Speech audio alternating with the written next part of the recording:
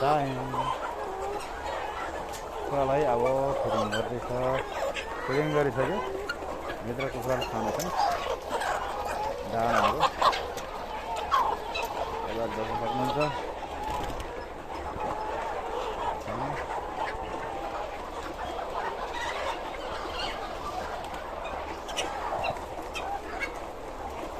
कुखुराहरूले दाना खाँदैछन्। बिहानको 6 बज्यो। कुखुरालाई दाना दिने टाइम।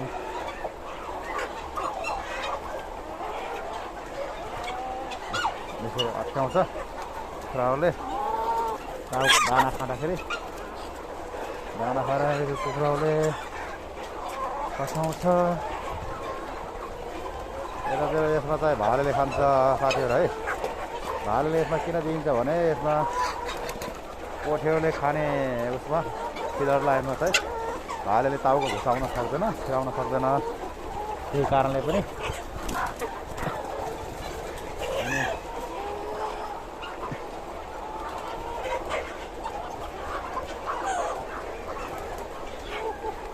कुखुराहरू अट्क्याएको अट्की गर्न थाल्यो।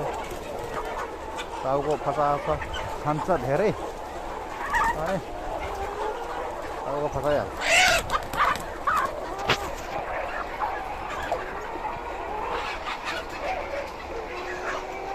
ठुला ठुला समुद्र छन्, भोलि भेटिँदैन मुलको पानी।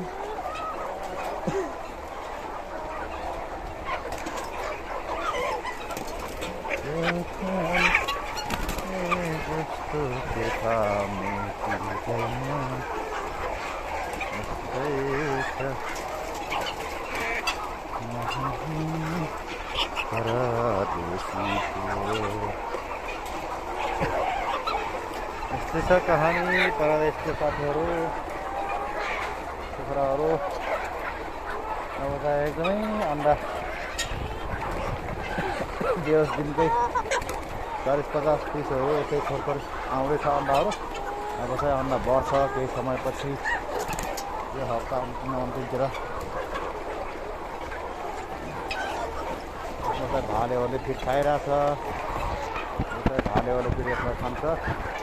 यिनका टाउकाहरू यसमा छिर्दैन, त्यही कारणले साथीहरू तपाईँ देख्न सक्नुहुन्छ।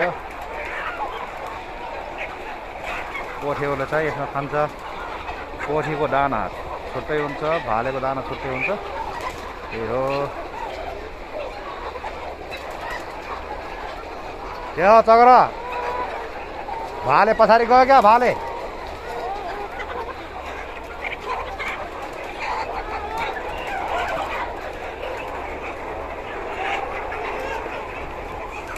यसरी सामानले खान्न। तल टेकाउनु हो।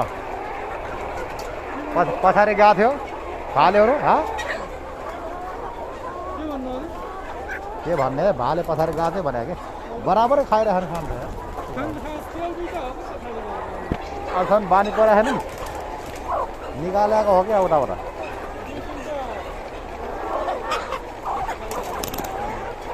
यो भन तल नझार्नु है, मेलो गर। एकदम ठिक्कैको छ, मेलो गर। यो भन तल नझार्नु।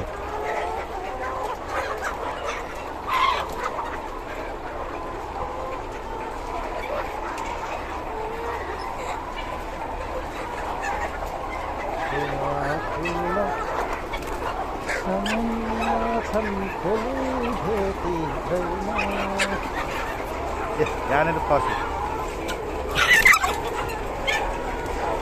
मुखको पानी जस्तो तिर्खा मेटिँदैन, यस्तै छ कहानी।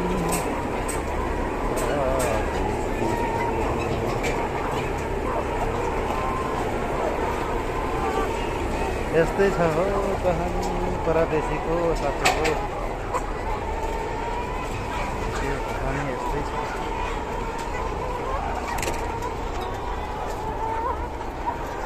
यही हो साथीहरू हाम्रो दैनिकी जिन्दगी, जीवन यसरी नै बित्छ साथीहरू। हाम्रो दिन यसरी नै बित्छ साथीहरू।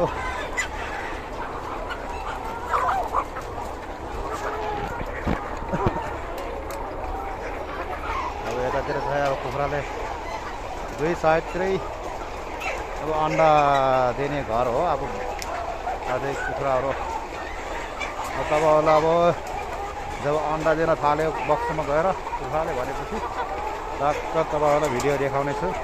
भिडियो मार्फत साथीहरू जोडिरहनु होला।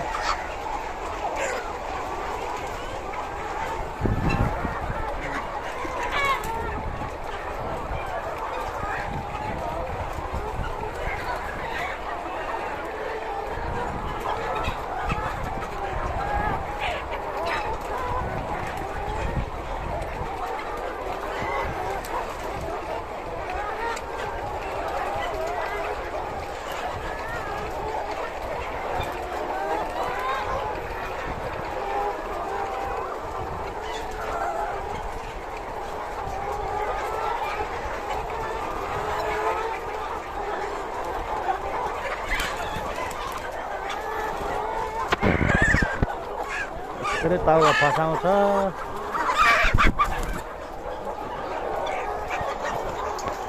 ल साथीहरू राख्छु ल।